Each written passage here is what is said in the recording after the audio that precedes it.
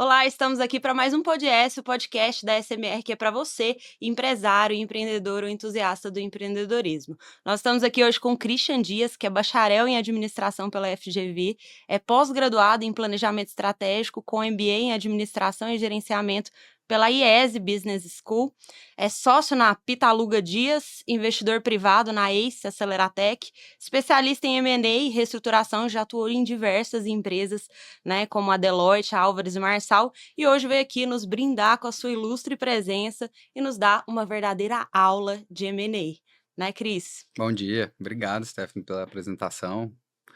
São palavras muito generosas. Acho que eu vou contribuir um pouco para falar de fusões e aquisições. Tenho alguma experiência, já atuei em diversas empresas, sim.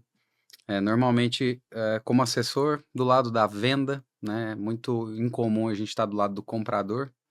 E temos algumas histórias bacanas para compartilhar, principalmente de pequenas e médias empresas. Que bacana. Cris, fala um pouquinho sobre a sua trajetória, né, profissional, o que que te trouxe até esse momento de escolher o M&A, né, como carreira, como tudo que você desenvolveu até hoje. Tá certo. Bem, minha formação em administração de empresa, ela foi um pouco uma decisão generalista. Eu gostava da ideia de estar preparado e de entender um pouco, de negócios como um todo, para depois tomar a decisão de onde ir. E ao longo da faculdade, enfim, ao longo do curso de administração e do contato com o mundo corporativo de São Paulo, eh, eu comecei a enxergar que eu gostaria de estar presente, atuando em finanças corporativas, seja numa consultoria estratégica, num banco, num fundo de investimento. E eu comecei a carreira numa empresa que se chama Cypress Associates. Era uma pequena boutique de fusões e aquisições, fundada por 5 sócios. Fui o primeiro estagiário, o primeiro analista, fiz uma história bacana e ali eu aprendi o que Fazer de era. tudo, né? Fazia de tudo, assistente de escravo e diretor de projeto no mesmo dia. Eh, então tive contato com esse mundo, né, com as técnicas, o valuation, enfim, a parte, acho que vamos dizer assim, que é o hard skill no começo, mas ao mesmo tempo já com pessoas muito sêniores, cabelo branco, que me ensinaram, assim, que assim, a parte gostosa disso aí é a parte que a gente contribui bastante para o cliente, normalmente mais para frente, é numa negociação, é em trazer, né, um bom desfecho para um projeto que nunca é simples, é bem curioso, cada um tem sua particularidade, e apesar de parecer muito sexy, quando você olha do lado de dentro, é bem trabalhoso, tem uma taxa de mortalidade gigante, né, Parece ser então muito simples, né, e no final não é muito não simples. é simples, nunca é simples, envolve muita gente, é multidisciplinar, normalmente você tem advogados, consultores, assessores de todos os lados. Então ali eu tive esse primeiro contato, depois eu segui para Deloitte, numa área que se chama reestruturação de empresas. Fiz bastante, recuperação judicial, mas olhando para o lado de finanças corporativas, e normalmente nesses processos acontecia algum M&A, né, a gente chama de distressed M&A, então você tem que fazer uma venda, enfim, se desvencilhar de algum ativo, às vezes uma empresa inteira, às vezes uma unidade, às vezes só um imóvel, mas assim, faz, né, isso dentro de um processo um pouco maior, que é uma recuperação. Depois eu fui para Álvares e Marçal, e aí, de fato, mais gestão mão na massa, então Mais no gestão turnaround interina, ali. um turnaround, e que também, por vezes, tem esses elementos, né, das finanças corporativas, você implementar governança, você trazer um time novo para depois que a reestruturação está no final e a empresa vai seguir com as próprias pernas. É muito comum também nesses processos ter alguma coisa do M&A, acontecer um M&A, né, a empresa, melhorar e ser vendida ou, né, ser abordada para ser comprada Uhum. por alguém, ou de fato, se resumir ao core business, então vai ter que enxugar, vai ter que fazer venda de ativo. Então sempre tive esse lado da finanças corporativas, mesmo quando estava um pouco mais nesse cenário de crise. E depois de de Álvares, eu fundei junto com um sócio, uma área de reestruturação na Rosenberg Partners em São Paulo, então tivemos alguns projetos de turnaround, mão na massa. Ali a gente via, os projetos mais com um viés proprietário, então a ideia era: vamos entrar, fazer o turnaround, e em algum momento a remuneração ser parte, né, do equity, parte Uhum. de estar sócio dessa companhia ou de sonhar dali para frente para um negócio que depois de reestruturado poderia crescer, para de fato fazer um resultado numa venda futura.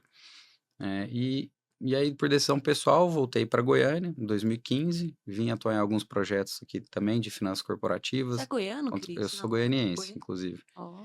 nasci aqui, família toda catarinense, Uhum. mas eu vivi aqui até os 17 anos, depois fiquei 13 anos em São Paulo, entre projetos, né, que não eram só em São Paulo, e voltei em 2015. E de lá para cá foram alguns projetos, em reestruturação e fusões e aquisições com uma bandeira que se chama Seagull Capital, é de Brasília, de um sócio que tinha fundado a Cypress lá no início, veio para cá fazer o M&A no Cerrado, a gente chama, a gente fala dessa maneira, que é o M&A, às vezes, que o pessoal de São Paulo não chega, não conhece o empreendedor daqui, o empresário.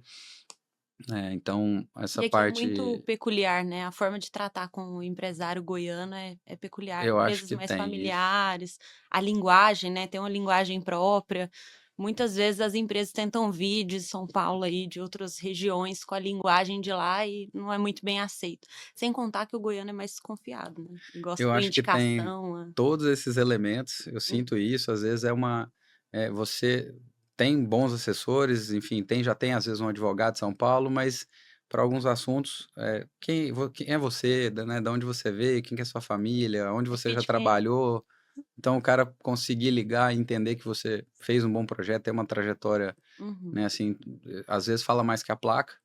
E de fato foram esses clientes, principalmente entre Goiânia, Brasília, Triângulo Mineiro, alguma coisa Mato Grosso, sul da Bahia, que a Seagull abordou, né, e depois em 2020 a Seagull ela se juntou a um outro grupo que é a Dealmaker e nesse momento eu e o Vandenberg, que éramos os sócios aqui de Goiânia, ficamos carreira solo. Então a gente começou mudou a bandeira para Pitaluga Dias, são os nossos sobrenomes, uhum, e viemos fazendo M&A desde então. Então o que a gente fez, né, faz há muito tempo, mas fez bastante nos últimos 5 anos, foram projetos, né, de assessoria para venda de empresa.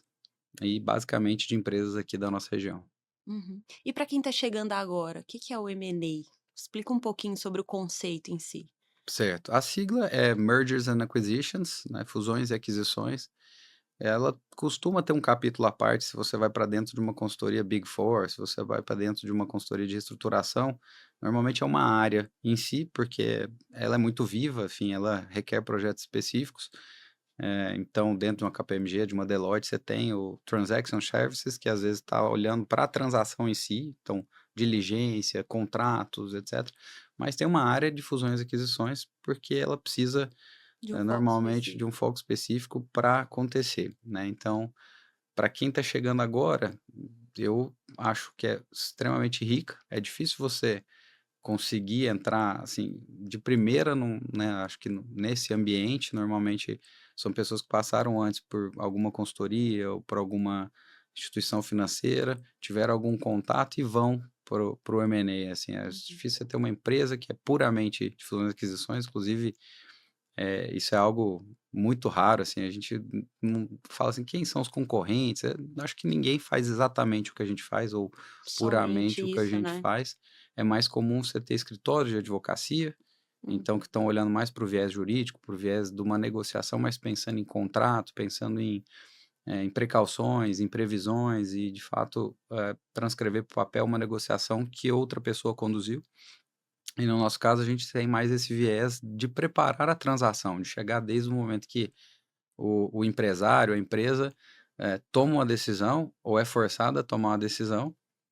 O M&A, ele é um projeto muito estruturado, que ele começa com o fio da meada muito explícito, você sabe por que que ele tomou a decisão, enfim, cheguei numa maturidade de empresa ou, não tenho sucessão, uhum. são fatores mais comuns, assim, para provocar isso. É difícil que seja um projeto que o empresário, desde o início da empresa, se planejou: "Eu vou chegar até tal ponto, ali eu vou vender a minha companhia", né. Então, eu acho que é um bom começo, é um baita MBA, cada projeto que a gente faz, a gente aprende muito sobre a empresa, sobre o setor da empresa, né, e das características específicas enfim, do negócio em si que a gente está fazendo. Uhum. Então, recomendo, acho extremamente curioso, Se aprofundar, normalmente né. não é uma porta de entrada, mas é bem rico. Uhum. O Damodaran até chega a falar em alguns momentos, né, entenda as regras de valuation e crie a sua empresa e trabalhe nela o tempo todo pensando no dia que você vai vender.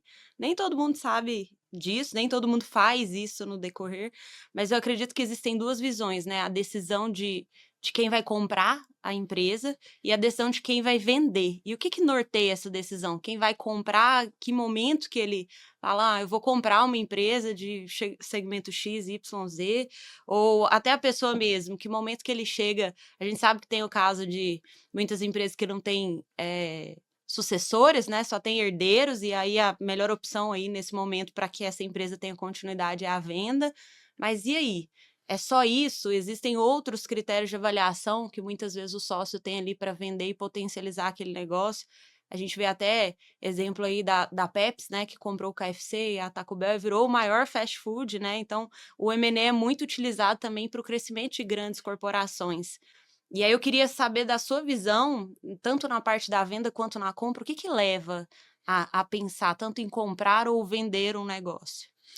Bem, eu penso, eh, responder pelo lado da compra talvez seja mais simples, né. Quando você tem uma empresa que está já decidindo fazer algum movimento estratégico nesse sentido, né, pode ser crescer verticalmente ou horizontalmente, que isso pressupõe que é uma empresa já estruturada, é uma empresa que tem condição, é uma empresa que eventualmente, está olhando para a estratégia e tem condição de pensar de uma maneira meio desapegada, assim, o que eu deveria fazer, e aí consegue, porque tem como se financiar, tem uma estrutura grande, normalmente vai ter um time de novos negócios, Uhum. tem isso faz parte de pensar uma grande corporação para ela Normalmente ele perdurar, né. procura um negócio ali que vai se envolver com o core business dele e Pode ser o potencializar. core business, pode ser de também notar que o mercado dele está em xeque, né, então o mercado Uhum. está diminuindo, vamos imaginar assim, você citou um exemplo interessante, fast food e essa alimentação, vamos dizer assim, mais questionada hoje em dia, então, por exemplo, uma Coca-Cola Tá tem que na era pensar, da na verdade, em saúde. comprar empresa de água, que Uhum. é o que vem fazendo há alguns anos.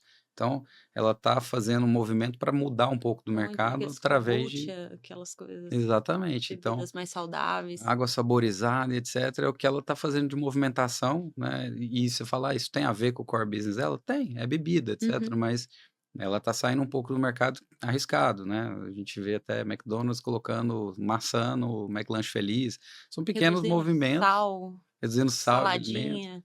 Então, e aí para isso, obviamente, enfim, tem alguma estrutura atrás, uma estratégia atrás para dar apoio para essas companhias. Então, do lado do comprador, me parece que normalmente são empresas que têm condição de tomar decisões dessa forma, né, e são grandes corporações e se organizar e vão às compras e fazem isso da melhor maneira possível. São compras estratégicas que a gente É, chama, né. escolhem empresas que dominam aquilo ali e traz para dentro para potencializar, porque é melhor do que começar do zero. Isso. E aí até vale o adendo, né, é um M&A estratégico que a gente fala, então você Uhum. está comprando ou vendendo ou se aliando, fazendo algum tipo de acordo Fusão. com alguém que é do seu ramo, ou não necessariamente do ramo, mas é da indústria, não é um banco, não é um fundo, que aí seria um M&A financeiro, né, a gente fala Uhum. que é o investidor financeiro e o investidor estratégico. Então, do lado do comprador, normalmente é isso. A gente vê essas empresas do agro também, né, consolidando, a gente vê muita consolidação em ensino, saúde. Isso todas são exemplos de consolidações estratégicas, né? Então, Uhum. e basicamente horizontais. Algumas É. empresas de saúde estão verticalizando, estão saindo de ser só operadoras de plano de saúde para ter a própria rede, para Uhum. ter, enfim, assistência, né, dentro, unidades próprias. Mas, do lado do vendedor, isso é aí a minha experiência pelo menos diz o seguinte, tem inúmeros motivos. Pode ser esses 2 que eu comentei antes, que a gente pode pensar até como se fosse, assim, uma falta de opção. Então, eu cheguei no momento que o empresário cansou, ele já não enfim, não tem mais energia para aquele negócio dele, chegou num platô, ele está 200, 300 milhões de faturamento, que é uma barreira meio natural das empresas para Uhum. ultrapassar, é difícil você virar uma big, né, e chegar nos bis. Então, assim, ali você ainda às vezes tem um diretor formado na casa, um time que está com você há muito tempo, e fazer essa transição, trazer governança, se afastar do negócio, tudo isso me parece que acaba sendo né, algo que desmotiva. Então, nesse momento, e não tendo sucessão, o empresário pensa: "Poxa, tá na hora de eu sair, enfim, tá na hora de eu Uhum. vender enquanto eu estou no auge, daqui a pouco eu não tenho o que fazer". A gente já teve experiências interessantes, curiosas, assim, que o M&A foi provocado por um divórcio, então a empresa era metade metade, né, dos cônjuges e a gente teve que costurar junto um divórcio de fato, chamou o escritório de advocacia para fazer a partilha, já era uma parte da negociação, né, do M&A. Então tem muitas, maneiras, assim, normalmente o M&A do lado do vendedor ele não é tão planejado. Acontece. Uhum. Startups, quando você vai para o lado, para o mundo mais das startups, isso acaba Tecnologia, né. estando na cabeça do empresário, em geral, ele já imagina que ele vai estruturar aquilo tudo, em Pra algum vender. momento Uhum, ele vai receber um checão e vai embora para casa feliz ou pelo menos vai realizar parte do patrimônio uhum. e vai trabalhar um pouco mais folgado. Então, ali a gente já sente um pouco mais disso. Não é tanto a experiência que a gente tem, os clientes que a gente costuma ter não são muito do mundo das startups, mas, ali eu enxergo que são empresas que fazem esse movimento de maneira mais estruturada. Perfeito. E qual que foi a negociação, assim, mais complexa que você já participou, e o que que você acredita que tirou de lição dessa negociação? Olha, complexa talvez fosse eu diria um caso que a gente estava com uma empresa de tecidos, que a matriz era no interior de São Paulo. A grande fábrica, a fábrica nova, nos anos 2000, 2010, era em Jaboatão dos Guararapes, é uma fábrica feita para exportação no Porto de Suape, e essa empresa, na verdade, entrou em recuperação judicial, então já tinha uma complicação muito grande, né, de mercado para essa companhia, Hum. e ali era um M&A que eles não desejavam fazer, mas precisavam, então, assim, a gente salva a matriz, São Paulo, interior, que era uma fabricação de tecido jeans, alguma coisa assim mais, eh vamos dizer, sem muita criatividade, mas com o mercado provavelmente mais perene, não dependia de exportação, ou a fábrica nova, todo o investimento que era para exportar veludo, tecidos especiais, É um né, momento que então acontece muito, né, Cris? Eu vejo muito, os nossos clientes de recuperação judicial, a primeira coisa ali quando estão com aqueles obstáculos iniciais, é aquele baque e falar: "Não, eu quero vender, eu não quero passar por isso, eu não quero viver esse momento". Só que aquela hora ali do início é uma hora que você vai praticamente liquidar a empresa por um valor muito baixo, né, na maioria sim, das vezes. e aí foi necessário tomar a decisão, né, para na verdade os 2 ativos correrem em paralelo para a gente achar, então alguma injeção de capital era necessária, eles já tinham cansado e tinham se exaurido da questão do capital próprio, até do endividamento com banco, fundo. E então foi um M&A que foi necessário conduzir 2 empresas ao mesmo tempo, né, para ver quem a gente conseguiria, enfim, trazer para o jogo para resolver uma recuperação judicial e depois sair do outro lado. Então esse foi um complexo do ponto de vista da decisão do Hum. negócio, né. Mas teve esse M&A curioso também que envolveu, assim, né, uma questão familiar, uma questão de governança da companhia como um todo, até a gente chegar no momento de vender a companhia. Então a gente passou por divórcio, passou por conversar com filhos, com advogados né, da separação. Na Eh, maioria das vezes não tem um acordo de sócios, não tem nada muito definido. Se eu tivesse que dizer, eu acho que 95% das vezes não tinha um acordo de sócios. E quando ele tinha, ele era algo um pouco menos formal, não era de Hum, fato um documento que foi bem pensado, elaborado, discutido, que o escritório de advocacia tinha feito isso, né, pensando no hum. no futuro. Quando a gente fala de governança nesse sentido, de novo o mundo das startups, ele está um pouquinho à frente. Essa turma normalmente já sabe o que que são essas principais cláusulas que tem que ser definida, né, então Uhum. direito de preferência, Ah, morreu, lock-up, quem vai ficar no lugar? né, como é que são a tag along, drag along, então assim, tem uma série de coisas que Muitos ainda prevêem estão até a questão do sócio operacional, né, a questão, o sócio vesting, hoje ele atua, mais para frente ele atua um pouco menos, se ele não entrega os KPIs que foram demarcados ali, ele tem a participação diluída em determinado tempo, né, existem sim. acordos que são bem E estruturados nesse e essa turma sabe que em algum momento vai ter, muito provavelmente vai ter injeção de capital, né, então vai ter um sócio que é um passageiro, mas enfim, você precisa proteger toda essa estrutura para o cara ter condição de investir, né, o dinheiro, enfim, e a startup ter condição de crescer. uhum. Então, isso é mais comum. Agora, vamos dizer, mercado tradicional, nunca existe esse acordo e normalmente ele acaba sendo um capítulo do M&A também, Hum. sobra para esse momento, porque, você faz a lição de casa, você lava a roupa suja para no momento que você está de fato emocionalmente com o comprador, isso não aparecer, porque senão é algo que pode acabar com a transação toda, né. Então, nosso papel às vezes é chegar num projeto e ver qual é o ambiente que das vertentes que a gente precisa para fazer um M&A com sucesso, né, ainda não está contornado e a gente tem que trabalhar Uhum, nisso. Às vezes é uma questão de governança, às vezes é uma questão até de contabilidade, então você chega e fala: "Poxa, com essa companhia, da forma como está, eu até entendo que tem valor, ela é bacana, ela é vendável, enfim, tudo certo.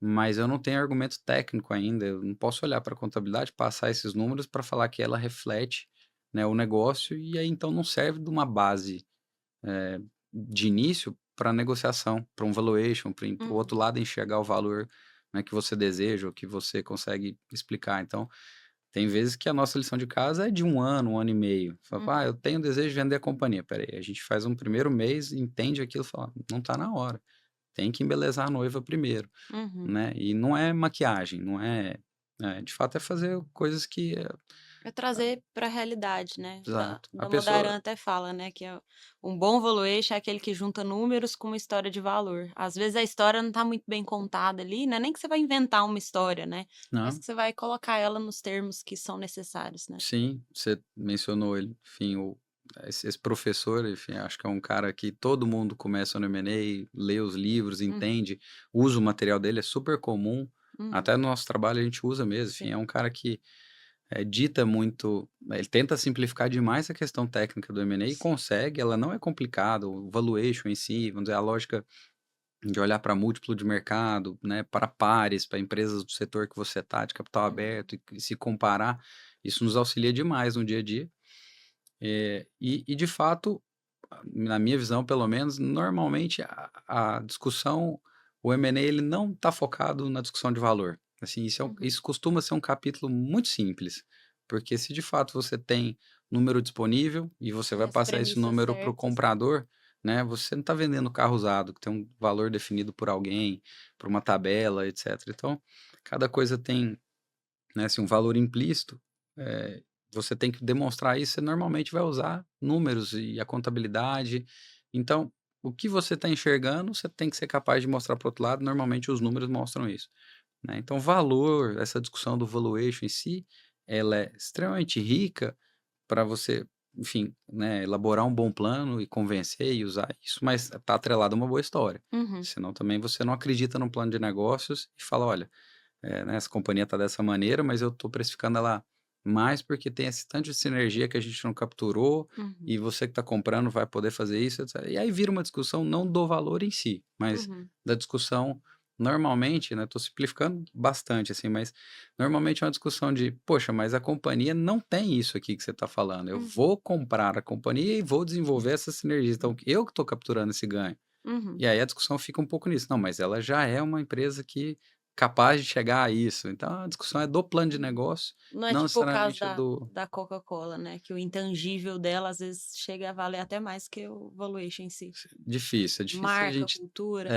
é difícil a gente ter esse grau de riqueza, assim, no valuation, sabe. Vamos discutir valor de marca, vamos discutir às vezes em alguma empresa específica, por exemplo, engenharia, isso existe, né, o Uhum. acervo técnico, alguma coisa de propriedade intelectual, empresas de TI tem isso, né, então assim, Patente. patentes, né, coisas que às vezes são intangíveis, então é uma discussão um pouco mais técnica. Em geral não, em geral a discussão de valor em si, ela costuma ser objetiva, né.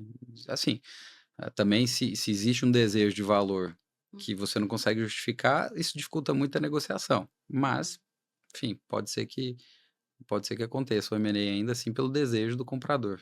Sim, sim. Mas como que precifica, né, tem coisa que é intangível, é difícil de precificar. Exato. Até esses dias eu ouvi uma história mais pra descontrair aí, que eu acho que é o Michelangelo que enterrava algumas obras de arte, tirava para parecer mais antiga e ele ia vender e aquela obra de arte valia mais porque ela estava com aquele aspecto mais velho e tudo mais.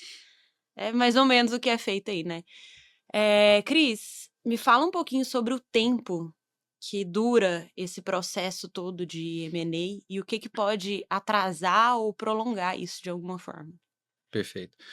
Olha, se a gente pensar num M&A, assim, by the book, ele não é um processo para menos de 6 meses, com tudo organizado e disponível. Então, numa companhia que você chega, tem informação clara, disponível, as pessoas estão disponíveis para fazer reuniões, para, de fato, a gente chegar rapidamente a um valuation e a um book de informação. O book, basicamente, ele vai traduzir o que que é aquela companhia, né, aonde ela pode chegar, enfim, o que que eu estou vendendo de maneira geral, o case, né, de investimento e um resumo do valuation para explicar como você chegou naquilo, né, se você consegue chegar rapidamente nesse ponto, que é um ponto que a gente fala, assim, que você está quase terminando o trabalho interno e indo para o roadshow, indo falar com potenciais interessados, você consegue fazer, poderia pensar em 6 meses de horizonte, então em 1, 2 meses você está com tudo isso pronto, você vai chegar e começar a abordagem aos interessados, e em mais 1, 2 meses você afunilou com alguns interessados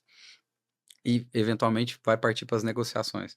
Digamos que você tem um claro candidato né, em 4 meses você tem um claro candidato, já começa as negociações, vai assinar um primeiro documento que a gente fala que é uma oferta, às vezes tem um memorando de entendimento, que é primeiro: "Ó, estou pensando em fazer esse negócio com a companhia, mais ou menos nessa linha de valor, essas são as condições de contorno, estou vendendo 100% ou 80% e tem isso", enfim, vira um primeiro documento que ele tem, vamos dizer, quase nenhuma vinculação ou dever de seguir daquela maneira, eh, passa para um segundo momento que é uma diligência rápida, vai olhar os números, vai mostrar o valor, aí você chega às vezes num documento que é um documento não vinculante, uma oferta não vinculante, non-binding offer, se você seguir um projeto clássico, né. Uhum. Depois da non-binding, você vai para diligência mesmo, aí normalmente o comprador tem alguém contratado para ir para dentro fazer uma diligência. Aqui no Brasil isso é um aspecto bem relevante, a gente sabe, né, principalmente por questões tributárias e trabalhistas, 5 anos de escrutínio muito grande, Uhum. então questões regulatórias, dependendo do setor que a gente está falando também são relevantes. E aí, nesse caso, pode levar um bom tempo também. Então eu tenho algumas coisas que eu preciso me certificar que vão dar certo, eu preciso, considerar como é que você vai fazer a transferência. Então, até estruturar a transação e chegar num documento final, né, a gente chama no SPA, no Special Purpose Agreement, que é um contrato, o contrato de compra e venda, você ainda vai levar um bom tempo. Sim, imaginando isso a toque de caixa. Então acho que 6 meses, e num processo Mas é de completo, fato.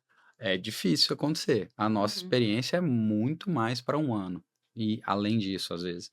Então, Hum. vou contar de um caso que a gente teve, enfim, uma empresa, mais ou menos 50 milhões de valuation, definido, não era uma discussão problemática do número, mas a gente começou no ano de 22, olhou para o resultado não foi tão bacana, era um múltiplo de EBITDA que a gente ia olhar para fazer a precificação para o comprador, ele já tinha dado o preço dele, ele pagaria 6 vezes o múltiplo e ok, só que 22 não foi um bom ano, então os vendedores olharam, não estavam com pressa, não tinham, enfim, nenhuma urgência no negócio, vamos segurar, não está na hora, vamos olhar 23 o que acontece. E aí de fato passou um ano, conversa aberta, a gente não estava, inclusive, pelo desejo do vendedor, abordando outros compradores, ele queria fazer negócio com quem estava do outro lado da mesa. E assim, também, de fato, o time do outro lado com muita paciência, com muita senioridade para olhar. É uma empresa que está consolidando o mercado, que tem anúncios de M&A. eh, Acho que esse ano já fizeram 2 anúncios, inclusive. Então, a gente entendeu assim, vamos seguir o tempo do vendedor. E aí passou 23, não foi um ano legal, foi um EBITDA pior. Aconteceu que fomos para 24, quando fechou 2024 que a gente esquentou a transação, a gente falou: "Voltamos a tudo, então agora está na hora". Aí veio a carta de intenções, aí veio a non-binding, seguiu o que a gente estava querendo, tal, tal, tal. Mais ou menos uns 4 meses de diligência, porque aí a companhia quis fazer tudo com as próprias pernas, não quis trazer uma Deloitte, uma KPMG, enfim, uma Uhum. Grant Thornton ou uma Mapa, os grandes parceiros que tem aqui fazem esse tipo de coisa também.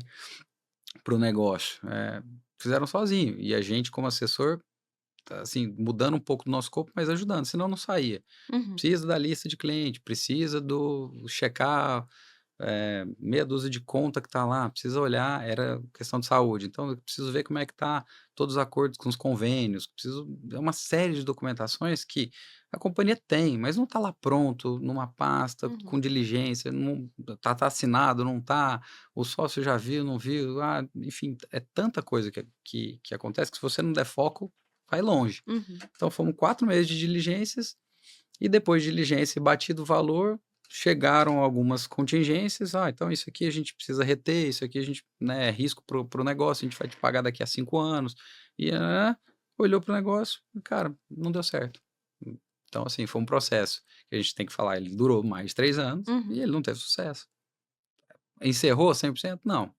Provavelmente, em algum momento no futuro, a gente vai voltar a falar dele, vai, como é que tá o resultado? E aí, você Uhum. ainda tem apetite para vir aqui para a região, né? Esquenta o negócio novamente.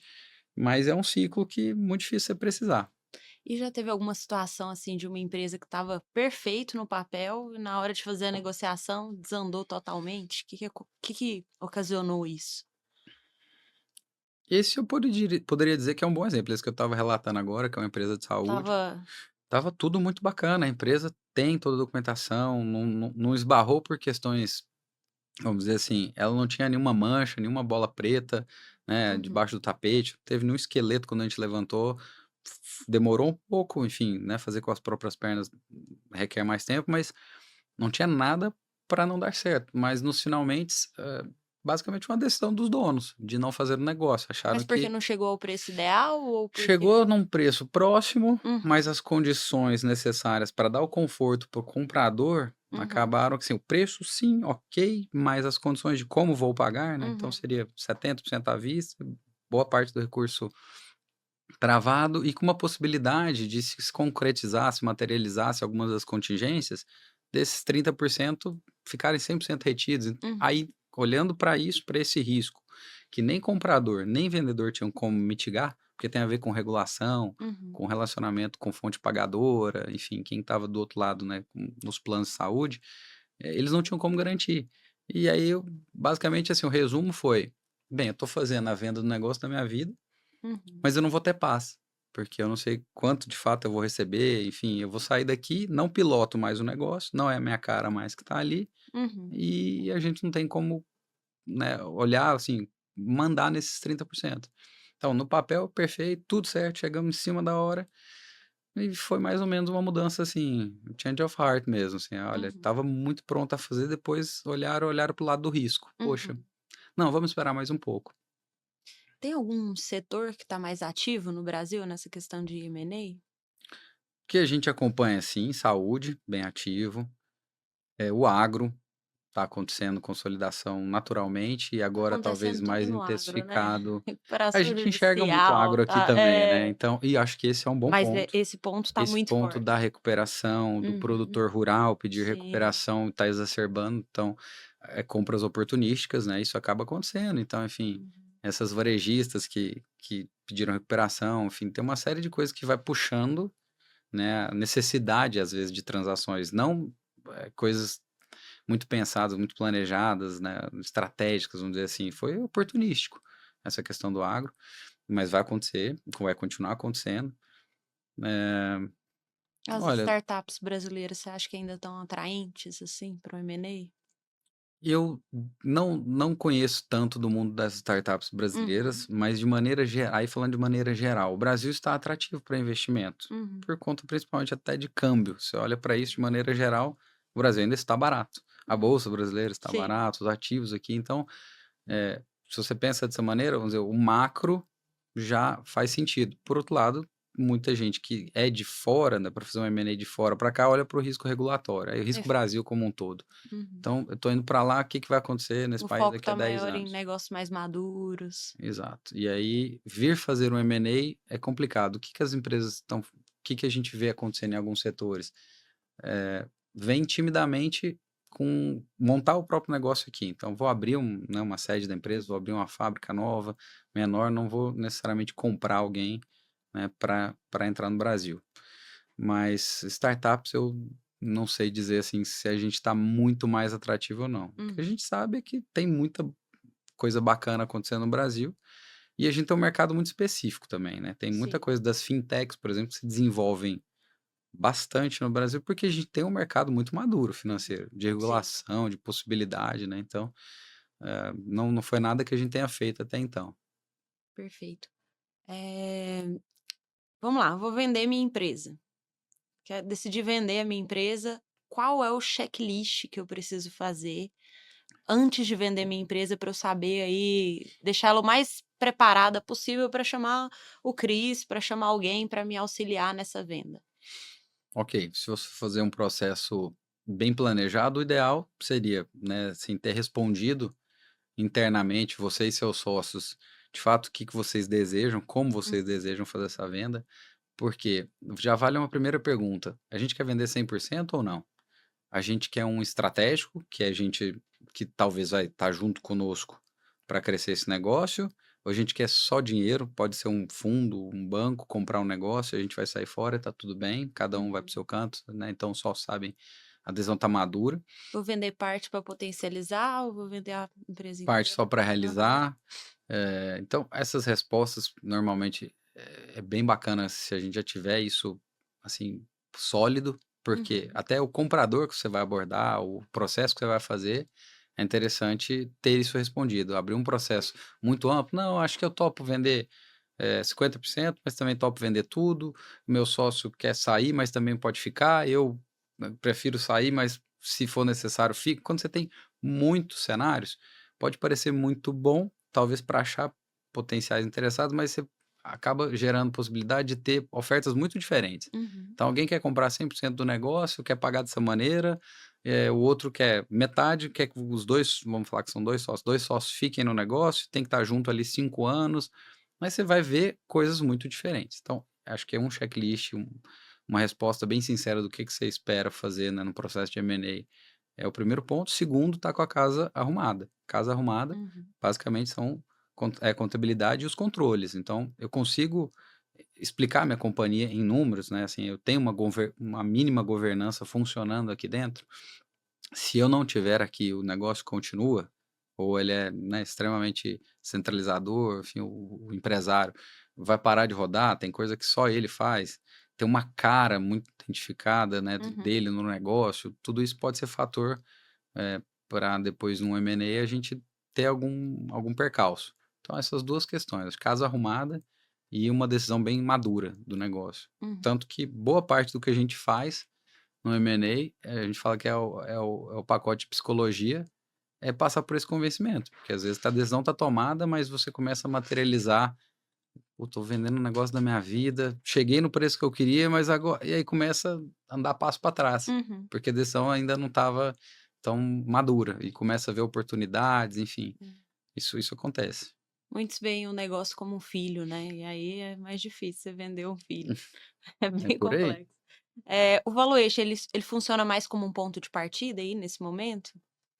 Já é o momento do valuation, primeiro eu respondo uma série de perguntas, um questionário, entendo tudo isso, aí depois eu faço um valuation para entender o valor da minha empresa. Em geral, a gente, o valuation é um dos primeiros entregáveis de um projeto, né, a gente vai entregar isso para a companhia, até para validar com a companhia o valor possível, o valor que é defensável, o valor que é justo pelo negócio. Uhum, Eh, mas não é só isso, de fato é o momento em que a gente, como assessor, está tomando pé de que é que a gente está vendendo, né, assim, de novo, não é carro usado, então não tem algo que é muito fácil de você comparar, uhum. Não dá para você só buscar a preço, FIP ali e não dá pronto. para você puxar uma Uhum, tabela e falar: "É isso aí, se você não quiser vai ter outro que", uhum, enfim, não tem essa liquidez. Eh, acho que sim, acho que esse é o ponto de partida. Mas não, de novo, não costuma ser o tema central. hum, É um momento, assim, o valuation é um ponto de partida para você explicar para o outro lado. Às vezes a conversa começa pelo valor, uhum, até porque o vendedor: "Ah, eu só vendo se, né, chegar no valor que eu desejo", ok, mas se a gente tiver contratado, a gente vai, explicar se faz sentido aquele valor. Se ele não fizer, eu acho que é interessante né, o empresário saber que você está pedindo algo que é mais difícil defender numericamente. Não quer dizer que não dá para fazer o processo, uhum, mas acho que tem essa questão. Mas e não é o ponto central, é um uhum. ponto de começo. Tem comprador também: "Ah, eu enfim, meu bolso é desse tamanho, é isso que eu consigo", então pode ser que a negociação comece muito assim. Em geral não, em geral você Uhum. não está falando só de valor. Fala-se de uma onda aí, fala-se, né, alguém falou aqui brincadeira. Fala-se de uma onda de valuation aí, de valuation não, perdão, de M&A, que vai puxar o Brasil aí nos próximos 5 anos. Você acredita nisso? O que que você acha que tá puxando essa onda? Nossa, eu torço para essa onda pelo menos, mas o que a gente sente é que sim, tem alguns anos que a gente está vendo um negócio muito retraído, então tem muitos movimentos de mercado que que aconteceram inclusive com a gente está sentindo na própria pele. Tem muita empresa esperando janela também para esperando o momento. IPO, né, Isso. Acho que segue a mesma Uhum, lógica. Então, em que momento de Brasil a gente tá? A gente vai estar melhor daqui a 2 anos, a 4 anos, quando mudar um governo, quando mudar 2 governos, daqui sei lá, o que está acontecendo também mundo como um todo, que está num momento turbulento, difícil de ler, né, assim, tudo que vai uhum, acontecer, mas o fato é que, se a gente pegar o histórico, existe há uns 2, 3 anos aí que tem pouquíssimas movimentações acontecendo, uhum, são poucos setores consolidando, múltiplos muito baixos, tá, então todas as enfim, os que a gente acompanha mais de perto, alguns setores, eh, quando acontece um negócio, assim, com múltiplo baixo, é porque, assim, o vendedor precisava fazer, o comprador chegou no preço que aí achava justo, mas espremido. Então, eu julgo que tem muita coisa represada, tem muita gente esperando uma janela melhor para fazer a venda, né, e aí nesse horizonte também a gente fala de 2, 5 anos não é nada, né, para uma uhum, corporação.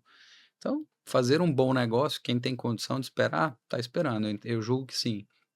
Assim como Selic alta também uhum, está inviabilizando muita gente tirar projeto do papel, expansão, e aí tudo isso acaba segurando também, tem um pouco a ver com o M&A, né, então, uhum. são coisas oportunísticas que a gente vê acontecendo, principalmente. Tomara, né, que essa onda Tomara. venha e que venha alta. Bom, Cris, agora a gente vai passar para uma parte de perguntas e respostas aí rápidas, que a gente fala que é o nosso momento Marília Gabriela, né. É Gabriel. mais para as pessoas te conhecerem mais, né, e a gente começa com um hábito que você não abre mão no seu dia a dia. No hábito que não abro mão de cuidar da saúde. Então, pelo menos uma vez por Esporte. dia, algum exercício, normalmente na parte da manhã tem que ser a primeira coisa que eu faço durante o dia, eu sou muito ruim de fazer isso à noite, então se eu não fizer de manhã, não faço. E me alimentar, e eu normalmente eu faço meu próprio café da manhã, faço das minhas filhas quando eu tô, então isso é uma coisa minha pessoal também, eu sou muito ligado à gastronomia, então eu vou pôr a mão na cozinha, sei lá, eu tenho pelo menos que sejam uns 15 minutos ali de um hobby, de uma Uhum. abstração, tô concentrado em alguma coisa, não tô olhando para o WhatsApp, ali pra frente o dia começa. Então eu tento evitar celular e notícia e mesmo de cliente que tá desesperado, fala: "Não, espera 1 horinha aqui não vai fazer diferença", esse hábito eu tento manter. Um conselho que você daria para quem está começando, tanto no M&A quanto no empreendedorismo? Eu acredito que você está muito nessa vertente do empreendedorismo, né. Sim. Quem está começando nesse momento, qual o conselho que você daria, assim? Virada de chave, Cris, sem essas coisinhas que todo mundo fala, dá o segredo aí. Hum, olha, parece que o único segredo é que não tem segredo, só que ninguém tá querendo acreditar nisso, né, então a gente vê um pouco em contratação, em relacionamento com pessoas de gerações mais novas, acho que tá todo mundo talvez exacerbado por questão de olhar para essa vida de produtividade, de eu tenho que estar toda hora ocupado e fazendo 1 milhão de coisas, multitask, etcétera, a turma esquece que você tem que sentar a bunda na cadeira e fazer. Uhum. Então não adianta começar muita coisa, não O adianta também você básico, né, o começar arroz com alto. feijão. Pô, vou começar a carreira, eu quero ir, vamos usar esse exemplo, quero ir para fusões e aquisições, você não vai começar fazendo uma coisa muito bacana, então tem que esperar, o tempo vai passar, você vai ter que trabalhar. E eu nem sou uma pessoa que defendo, eh, assim, trabalho exaustivo, eu não Uhum. acho bacana, assim, inúmeras horas, aquele negócio fora do Workaholic. workaholic, não sou nem um pouco assim, não acho bonito, enfim. Prezo demais equilíbrio, mas não dá para pular etapa, senão vai chegar, Existem assim, aonde momentos você que você vai quer. precisar desequilibrar. É desequilíbrio, Uhum. ok, mas eu falo para a turma que está começando, não tem segredo, você vai escolhe o negócio, espera um pouco, espera quanto você puder, aliás, porque tá sendo talvez esse o problema, né. "Ah, eu olhei para Uhum. isso aqui, esse aqui é difícil, demora", aí Sim. vai para o outro, esse aqui também demora". É, eu Acho recebo que muitas perguntas no Instagram, tipo: "Ah, me dá um caminho fácil para eu fazer o que você faz hoje. O que que eu consigo para não ter que fazer, sei lá, 4 anos de administração, não ter que fazer nenhum curso muito longo", porque hoje 2 anos já é longo, né, para as é. pessoas. E eu conheço você, Cris, há uns 15 anos, né, acho que desde Ah, tem 2015, isso. por aí, Sim, né? talvez antes, Talvez antes disso. Então eu conheço você há muito tempo e eu lembro de uma frase que você me falou lá atrás, quando eu fui te perguntar sobre projeção, principalmente. Eu tinha muita dificuldade em projetar. E aí você falou: "Stephanie, algumas coisas vão ser experiência que você vai adquirir com o tempo". E eu levei isso pra mim, porque muita das coisas é experiência. Hoje, quando eu vou olhar um demonstrativo, quando eu vou olhar uma projeção, a visão é outra. Porque eu já tenho uma prática de mercado, eu já tenho uma experiência, já vi várias empresas de diversos segmentos, diversos setores. Isso é muito difícil você desenvolver lendo um livro ou assistindo uma aula. Isso é mais o dia a dia que vai te trazer, né? Bom, uma frase que te inspira, Cris. Tudo passa. Nossa, bem sucinto. Mas vou explicar então. Eu acho Uhum, que a gente se vê, assim, momentos de muita alegria, bacana você uhum, pensar, mas eles também vão passar. E às vezes de dificuldade, de estresse, seja um trabalho, seja vida pessoal, mas é importante, assim. Minha esposa fala muito, eu uhum, levo pra mim, é uma das boas frases. Às vezes você não enxerga nada, assim, o próximo passo, você tá muito perdido. Cara, vai passar, tá? Vai passar. uhum. Isso é bom, pensar assim, Uhum. né. Qual a maior lição que o mercado já te ensinou? Acho que uma lição, olha, você aprende a duras penas, mas assim, não tem muito, é difícil você achar, e se relacionar com pessoas, assim, extremamente bem intencionadas, Uhum, né, pessoas que você pode agir dessa maneira, ser recíproco, ser muito sincero, falar a sua opinião real, ou enfim, abrir todo o teu tua estratégia, tudo que você está pensando, porque normalmente do outro lado você não vai ter isso daí. Então, uhum. faz sentido, eu trabalho com isso, eu preciso negociar, eu preciso ser personagens, eu preciso atuar em alguns papéis, né, e assim, isso eu aprendi, eu tive que aprender. Em geral, eu não uso máscara, assim, eu sou muito sincero, falo o que eu penso, isso pode atrapalhar algumas vezes, mas tenho certeza que tem uma série de projetos e de clientes que isso também marcou, assim, porque eu nunca vou Sim. ser a pessoa que vou ter meias verdades. Uhum. Um sonho que você ainda não realizou? Poxa, aí eu acho que eu vou para o lado mais materialista, eu acho que algumas grandes viagens com família, tenho vontade de passar um tempo fora, levar minhas filhas, a gente de fato ter uma imersão numa cultura, Uhum. uma língua diferente, tenho vontade de fazer essa experiência enquanto elas ainda não são adultas, vou falar assim. Ah, eu morro de vontade de ir no Japão. Pra mim é. Já foi no Eu Japão? tive essa experiência, Aham. fiquei 15 Valeu a dias, pena? a gente não levou as crianças na época, Uhum. né, então foi mais fácil, valeu super a pena. Pode ir que você não se arrepende. Acho que até hoje é a viagem que a gente fala que a gente mais gostou. É extremamente diferente da nossa cultura e você Uhum. vê isso muito facilmente lá. Não precisa de tanta imersão, você não precisa interagir, até porque você nem consegue falar muito com os japoneses. Uhum. Pouca gente fala inglês, pouca gente tá aberta também. Eles são muito fechados, né? Assim, Uhum. você fala com pessoas mais velhas, lá pressupõe você ter algum respeito para falar com elas, então é difícil abordar uma pessoa, entrar numa conversa, entender. É muito diferente, por exemplo, de um país de língua americana, que se você Uhum. souber inglês e puxar conversa, acho que a coisa vai. Mas é uma experiência muito bacana. E a gente vai voltar, sem dúvida. Que legal. Se você pudesse voltar no tempo, você faria alguma coisa diferente? Talvez eu tivesse feito algumas escolhas profissionais antes, me lançado principalmente nessa parte empreendedora antes, Uhum. mas eu precisei esperar, assim, me sentir mais maduro e estar debaixo de algumas placas, de algumas estruturas, né, e de fato isso também me deu bagagem, me colocou em projetos e situações que, se fosse uma empresa pequena, logo do início eu não teria visto, né, mas acho que depois de um certo momento a decisão de ter uma companhia, de trabalhar com fusões e aquisições, Hum. né, de estar nesse meio, eu teria feito isso talvez um pouco antes. De certa Eu não forma, a sei gente se não precisa, teria né? acelerado também esse segundo movimento que agora é um Uhum. pouco de olhar mais para o empreendedorismo. Você vê que é uma questão muito comum de acontecer, assim, com consultor, com banqueiro, a turma fica um tempo, olhando um monte de transação e em algum momento, às vezes, pega e pula de cabeça em uma. "Não, Exato. agora eu vou fazer parte, agora eu vou ser sócio, agora eu vou ter o meu negócio".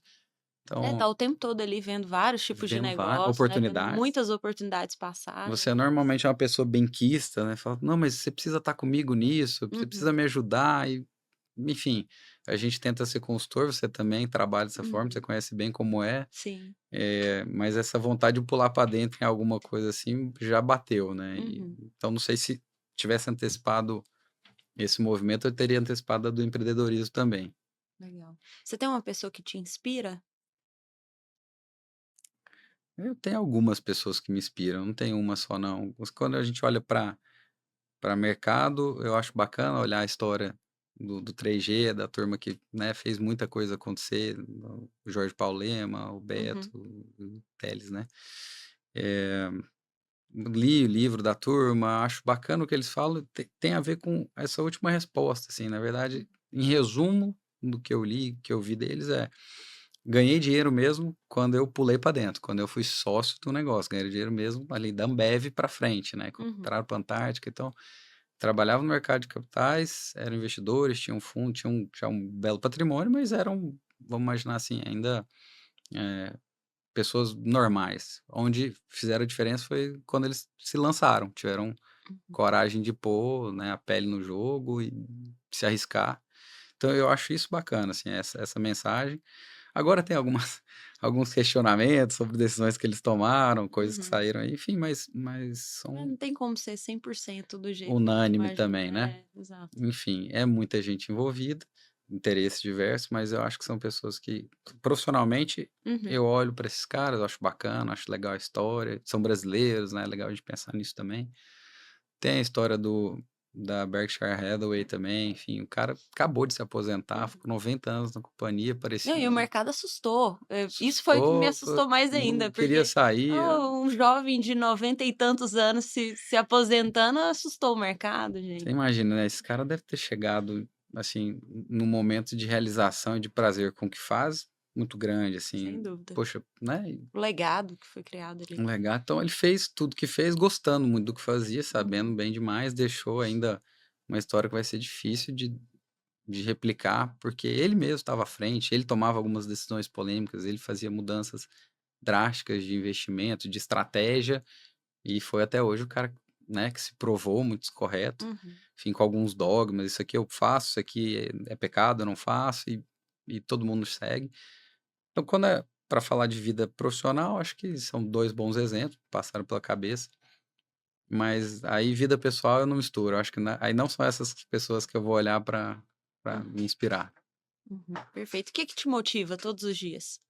Família, sem dúvida. É família, estar junto com tanto a minha família egressa, né, pais, mães, enfim, mas principalmente a família que eu estou construindo. Eu sou bem centrado nisso, né, eu acho que normalmente tudo que eu estou escolhendo e topando arriscar ou não arriscar, com a régua medindo também o que pode acontecer ali no centro. Uhum. E agora vamos para a pergunta bônus. Em uma palavra, a parceria com a SMR como é? Sempre foi muito fácil, já tivemos alguns momentos diferentes, né, Uhum, eh, poxa, projetos em São Paulo, projetos em Goiânia, sempre foi muito tranquilo, porque a gente se propõe a fazer juntos, dá certo, tendo que a gente tem bastante sucesso. Já tivemos em ambientes complicados e permanece, assim, ambientes principalmente hostis, né, insalubres. em geral, hostis, né, a gente nunca está num momento muito fácil, o cliente está muito bem, na situação muito simples, né, da Uhum, companhia, e isso se reflete obviamente no humor, e você chega de fora, é o forasteiro e quer dar ordem, e quer uhum. pôr A regra, regra. e quer fazer o remédio amargo, né, assim, funcionar, então o cara tem que tomar o remédio. Então, assim, acho que dentro desse ambiente sempre foi muito bacana, agradeço inclusive todas as oportunidades, essa então, muito bacana, primeira vez que eu faço Um uma podcast? gravação, um Que podcast, legal. então esse é o resumo. Assim, pessoalmente falando, na sua pessoa e na do Pedro Paulo, que eu tive muita relação, sempre muito fácil. Bom demais. Bom demais te receber aqui, Cris. Eu tenho até uma lembrancinha para você do podcast. Obrigado, Quero te agradecer pela disponibilidade, né, por vir aqui e por compartilhar todo o conhecimento que você compartilhou aqui com a gente hoje. maravilha. Então, fica aí o nosso agradecimento à sua participação. E para você que é empreendedor, que é empresário, eu deixo aí também um presente que vai ser um checklist para se você quiser vender sua empresa, com algumas perguntinhas, algumas coisinhas. É muito básico, é mais para você ter uma noção ampla, tá? E nós vamos disponibilizar para você aí como um presente também. Muito obrigada, até a próxima.